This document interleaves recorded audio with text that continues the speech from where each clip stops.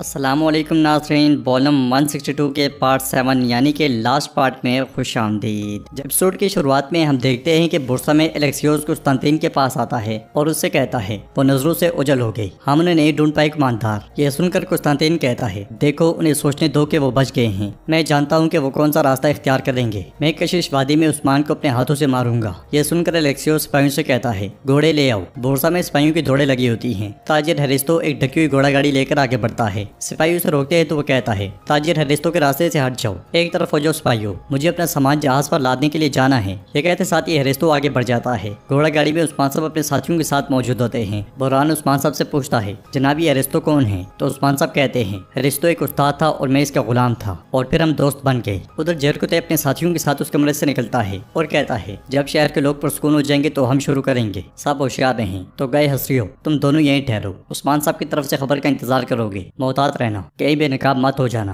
तो गए कहता है फिक्र ना करें जरकुतै साहब, हम अल्लाह के हुक्म से ये सब संभाल लेंगे। फिर जरकुतै बाकी साथियों से कहता है चलो जंगजू पहले जाकर इन कपड़ों से जान छुड़वाते हैं। ये कहते साथ ही जरकुतै आगे बढ़ जाता है। काई कबीले में अलाउद्दीन सरदार याकूब को एक दवा सुंघा रहा होता है। मेहमद और गोंचा भी वही मौजूद होते हैं और गोंचा रोते हुए कहती है उठे बाबा उठे। ये कहते साथ वो जारो की तार रो देती है। सरदार याकूब का इलाज करते करते अलाउद्दीन को गोंचा का रुमाल और बच्चे का जूता नजर आता है, जिसे वो सरदार याकूब के कपड़ों से निकाल लेता है। ये देखकर गोंचा मजीद रोना शुरू हो जाती है और उसकी जबान पर मुसलसल बाबा बाबा होता है। अलाउद्दीन उसे पुरस्कून करने की कोशिश करता है मगर वो चुप नहीं होती। तो अलाउद्दीन मेहमद से कहता है गोंचा को बाहर ले जाओ। ये सुनते साथ ही मेहमद गोंचा को लेकर बाहर चला जाता है और अलाउद्दीन सरदार याकूब का इलाज करते हुए कहता है हिम्मत करें याकूब बे, हिम्मत करें। मेहमद और गोंचा खेमे से बाहर आते हैं तो बाहर खवातीन खड़ी होती हैं और आगे बढ़ते साथ ही गोंचा गिर जाती है। यह देखकर खवातीन उसे सहारा देती हैं और मेहमद उससे कहता है रो मत गोंचा, हमारे बाबा मजबूत हैं, वो इस सब से गुजर जाएंगे। गोंचा पूछती है ये कैसे हुआ, क्या मेरे बाबा बीमार थे? जवाबन मेहमद कहता है हम जब से कोताहिया गए वो ना अच्छे से खा रहे थे और ना ही अच्छे से सो पा रहे थे,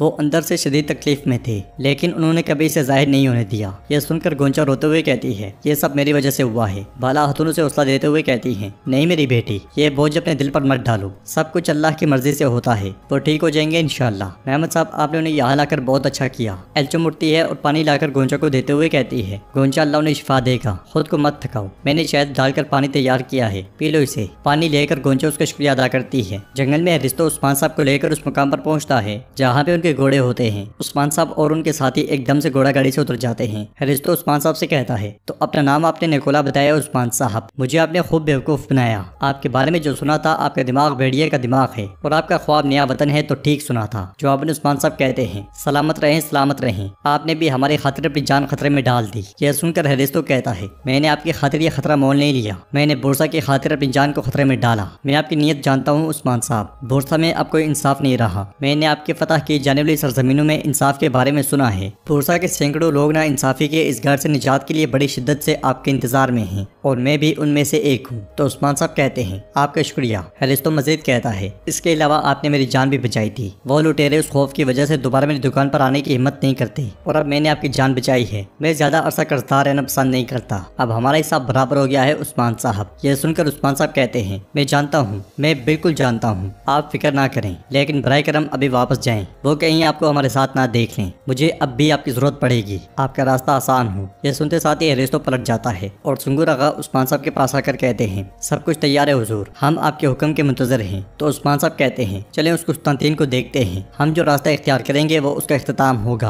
अगरचे वो तादाद में ज्यादा हैं लेकिन हम भी तुर्क हैं। ये कहते साथ ही उस्मान साहब वहाँ से रवाना हो जाते हैं। काई कबीले में अलाउद्दीन खेमे से बाहर आता है तो गोंचा भागती हुई उसके पास जाती है और पूछती है अलाउद्दीन मेरे बाबा कैसे हैं? तो अलाउद्दीन कहता है उन्हें दिल का दौरा पड़ा है गोंचा, और जब वो यहाँ पहुंचे तो उनकी सांसें बहुत कमजोर थीं। मेहमद पूछता है मेरे बाबा ठीक तो हो जाएंगे ना, तुमने पहले भी उनका इलाज किया था? अलाउद्दीन कहता है वो बहुत कमजोर हो गए हैं, मैं उनकी शफायाबी के लिए दवा तैयार करूंगा ताकि वो अपनी ताकत फिर से बहाल कर सकें। अलाउद्दीन को देखते हुए गोंचा कहती है नहीं तुम सच नहीं कह रहे, इसलिए ताकि मैं उदास ना हूँ। अलाउद्दीन क्या बाबा ठीक हो जाएंगे? तो अलाउद्दीन उसे हौसला देते हुए कहता है हम अपनी पूरी कोशिश कर रहे हैं, हम दुआ करेंगे वो शिफायाब हो जाएंगे, वो बिल्कुल ठीक हो जाएंगे गोंचा, फिक्र ना करो। मेहमद कहता है अलाउद्दीन इलाज के लिए जो कुछ चाहिए मुझे बताओ, बस मेरे बाबा को ठीक कर दो, इतना काफी है। अलाउद्दीन कहता है जिसकी जरूरत है वो सिर्फ वक्त है, बाकी मुझ पे छोड़ दो मेहमद। यह सुनकर मेहमद कहता है मैं अपने बाबा को यहाँ लाया क्योंकि यहाँ कोई दूसरा हकीम नहीं था, यह बात जान लो। बाबा अंदर पड़े हैं मगर इसकी वजह भी तुम ही हो, अगर तुम मेरी बहन को अगवा करके मेरी बहन को मेरे बाप का दुश्मन ना बनाते तो ऐसा कुछ भी ना होता, सब तुम्हारी वजह से हुआ। तुम मेरे बाबा को ठीक करोगे वरना।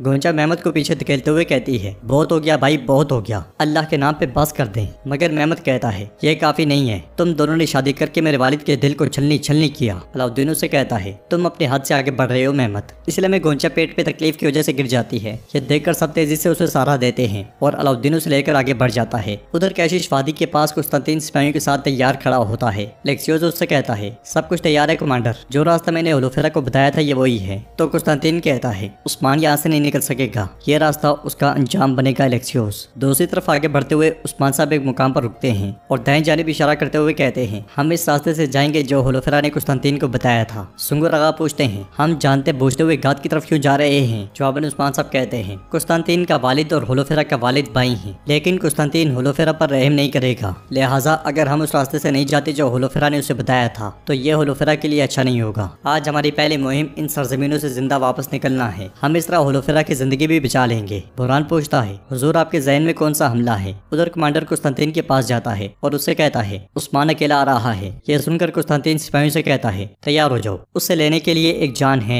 और इसके साथ ही वो सब आगे बढ़ते हैं। काई कबीले में मेहमद सरदार याकूब का हाथ पकड़ते हुए कहता है, मैं आपको इस हालत में पहुंचाने वालों से हिसाब लूंगा। अलाउद्दीन और उस्मान दोनों कीमत अदा करेंगे। क्यों माज बाबा से अलग मत होना, मैं जाकर गोंचा को देखूंगा। ये कहते साथ ही मेहमद खेमे से निकल जाता है। उधर गोंचा के खेमे के बाहर अलचम बहुत परेशान खड़ी होती है कि इसलिए अलजन उसके पास आती है और कहती है, आपको गोंचा खातून से कही गई बात पर पछतावा तो होगा। तो अलचम पूछती है, बताओ क्या मैं बहुत गलत राह पर चली गई हूँ? यह सुनकर अलजन कहती है, तुमने हद से तजावुज किया, तुम्हारा सारा दर्द और खान साहब के बुरसा जाने से है। वहाँ पहुंचकर मेहमद उन्हें देखता है तो उनकी बातें सुनने लग जाता है। अलचम अलजन से कहती है, मुझे हसद हुआ क्योंकि होलोफेरा बुरसा में है। तो अलजन कहती है, तुम्हें नसीहत करना मेरे हाथ में नहीं है, लेकिन होलोफेरा ने अपनी जान को उस्मान साहब के लिए खतरे में डाल दिया। वो बुरसा में जासूसी कर रही है। यह सुनते साथ ही पीछे मौजूद मेहमद की आंखें खुली की खुली रह जाती हैं। अलजन मजीद कहती है, गैर किसी वजह के खुद को उदास ना करो। वो दोनों एक तरफ चली जाती हैं और मेहमद आगे बढ़ते हुए कहता है, अच्छा तो होलोफेरा जासूसी कर रही है, उस्मान अब मेरे पंजों में आ गिरे हो। उधर जंगल में उस्मान साहब तने तनहा घोड़ा दौड़ा रहे होते हैं। एक खुले मैदान में कुस्तांतीन भी अकेले उनका इंतजार कर रहा होता है। कुछ ही देर के बाद उस्मान साहब वहाँ पहुँचते हैं और कुस्तांतीन को देखकर अपना घोड़ा रोक लेते हैं। उस्मान साहब को देखकर कुस्तांतीन बहुत खुश होता है और पूछता है, क्या हुआ, क्या तुम चौंक गए? क्या तुम्हें मुझे अपने सामने देखने की उम्मीद नहीं थी? उसके इशारा करते साथ ही एलेक्सियोस और सिपाही भी झाड़ियों से निकल आते हैं और उस्मान साहब को भी घेर लेते हैं। कुस्तांतीन मजीद कहता है, तुम बोरसा से फरार हो गए, लेकिन अब तुम मेरे हाथों से नहीं बच पाओगे उस्मान। यह सुनकर उस्मान साहब कहते हैं, तुमने मेरे लिए गद्दाराना चाल चली और अब अपने सिपाहियों के पीछे खड़े होकर मुझे दांत दिखा रहे हो। फौजियों बताओ, क्या ये वो कमांडर है जिसकी तुम तारीफ करते हो? क्या यही है तुम्हारी मर्दानगी?